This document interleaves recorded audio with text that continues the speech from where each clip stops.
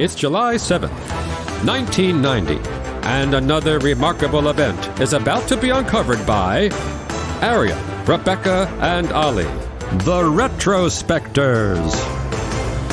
As three of the classical music world's foremost tenors, Luciano Pavarotti, Plácido Domingo, and José Carreras had often been asked to sing together, but whether due to busy schedules or the natural reluctance of opera stars to share the spotlight, they had never accepted the invitations. Until this day, when they appeared together for a special one-off performance in Rome on the eve of the World Cup final, which would unleash an astonishing phenomenon.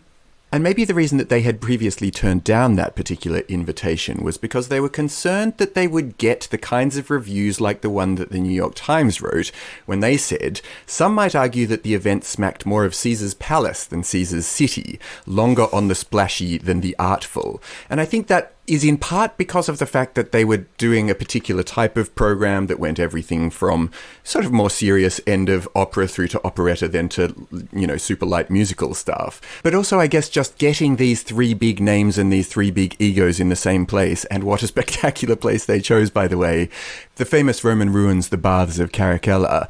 But they were obviously concerned that something about the showiness would become problematic for them. It's such snobbery, isn't it? That review that you just read out. My God. There aren't many gigs from 1990 that I would like to travel back in time and go to. But the beautiful setting, the emotion of what they're singing, it is like the perfect combination of popular culture and art, really. Opera at the football, being sung by almost inarguably the best singers of the 20th century. That to say, oh, it's a bit commercial, because they're singing Bernstein and Sondheim. It's just so ridiculous. But also we were speculating as to why this hadn't happened before.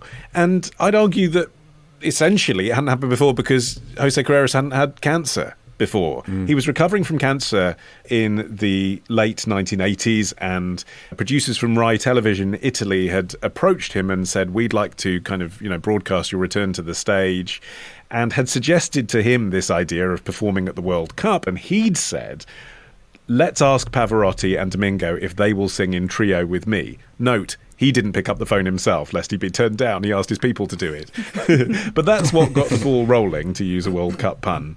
And you see then, don't you, that the offer to the other two tenors is kind of irresistible.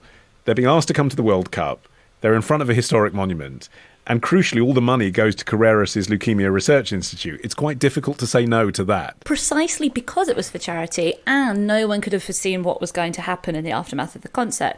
The tenors accepted a flat fee, which they donated to the charity, and they didn't have the rights to royalties from the album sales, which obviously no one could have predicted how huge they would end up being. I mean, it would have been expected that they would sell plenty of albums off the back of it because it was being broadcast to a global audience of around 800 million people. I don't think anyone could have foreseen what a chord that performance would strike with so many people who previously had not been interested in or exposed to classical music.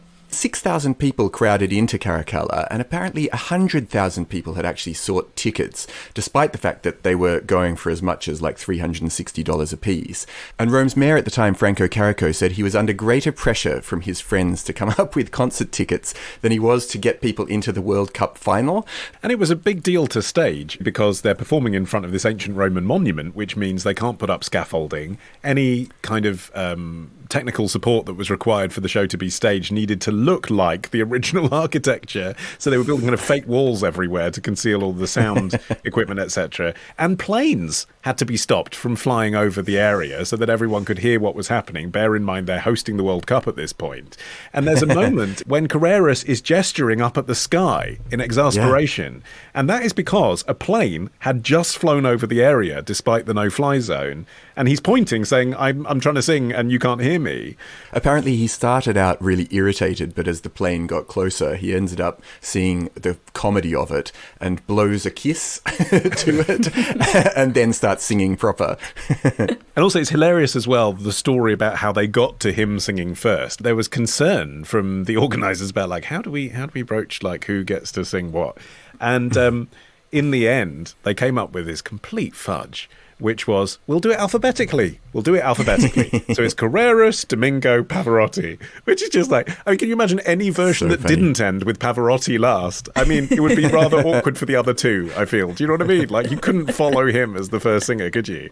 Whereas this, it's alphabetical. And even though Carreras may have sung first, it was definitely Pavarotti's rendition of Nessun Dorma, which ended up being the standout moment of the concert and the one that's lived on to the point where it sort of still has an intangible association with football, particularly in the UK. And there's a kind of weird sidebar on this, which is that the BBC were using Nessun Dorma as the theme of their World Cup coverage, but they made that decision before the concert. That was just a weird coincidence. And I think it's that same snobbery we were talking about up top, which explains why the phenomenon wasn't foreseen.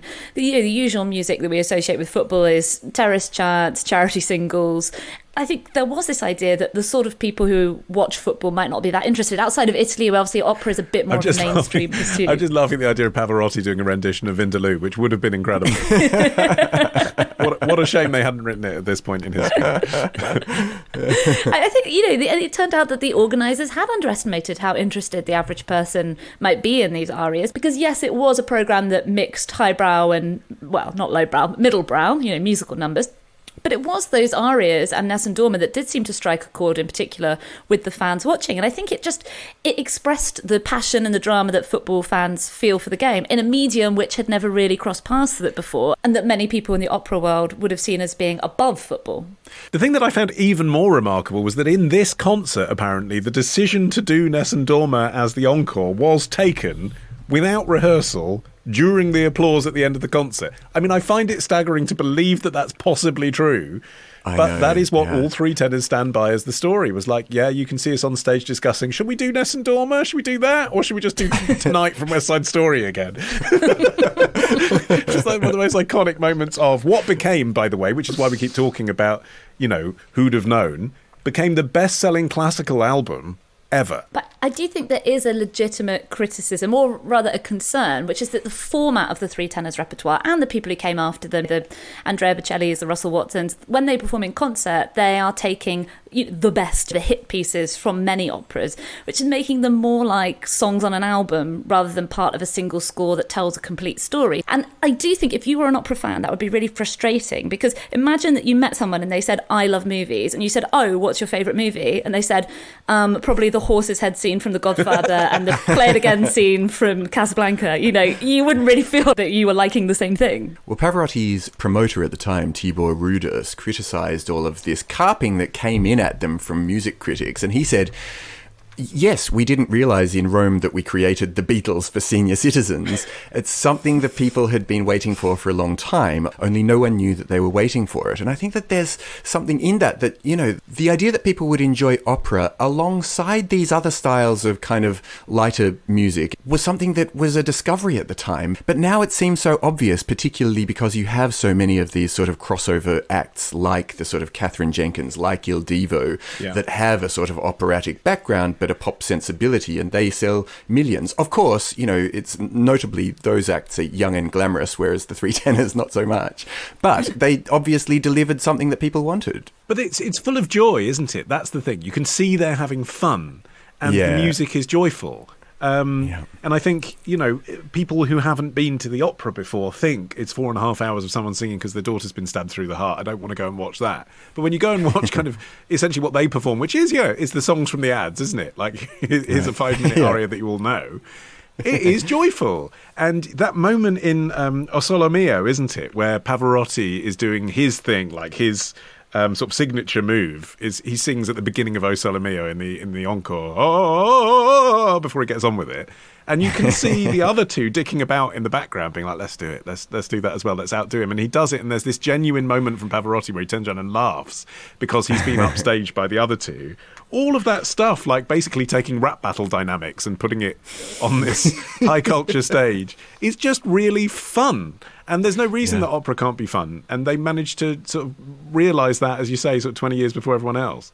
And this performance became this massive thing that became itself associated with football. And, 4 years later, the Three Tenors, as they became known, were called... 30 quid, my dad called them. Yeah, they came back in 1994 to do the World Cup final there, and then back in 1998 to Paris to do the final, and in Yokohama in 2002. So they had this sort of massive connection, therefore, with football from then on. As well as being a big deal for audiences, not just in Italy, but also around the world, it was also hugely important, as Pavarotti later said, for the Three Tenors themselves. And he said, for all three of us, the Caracalla concert was a major event in our lives, and I hope I'm not immodest to think that it was also unforgettable for most of the people who were present. Of course, we could say the same thing when we three do our first live appearance. Right. It's on a smaller scale, but we'll include Arion's rendition of Nessun Dorma. Tomorrow. When they first went to Europe, he listed his occupation as atheist democrat philanthropist. Love the show? Support the show. Patreon.com/retrospectors. Part of the Acast Creator Network.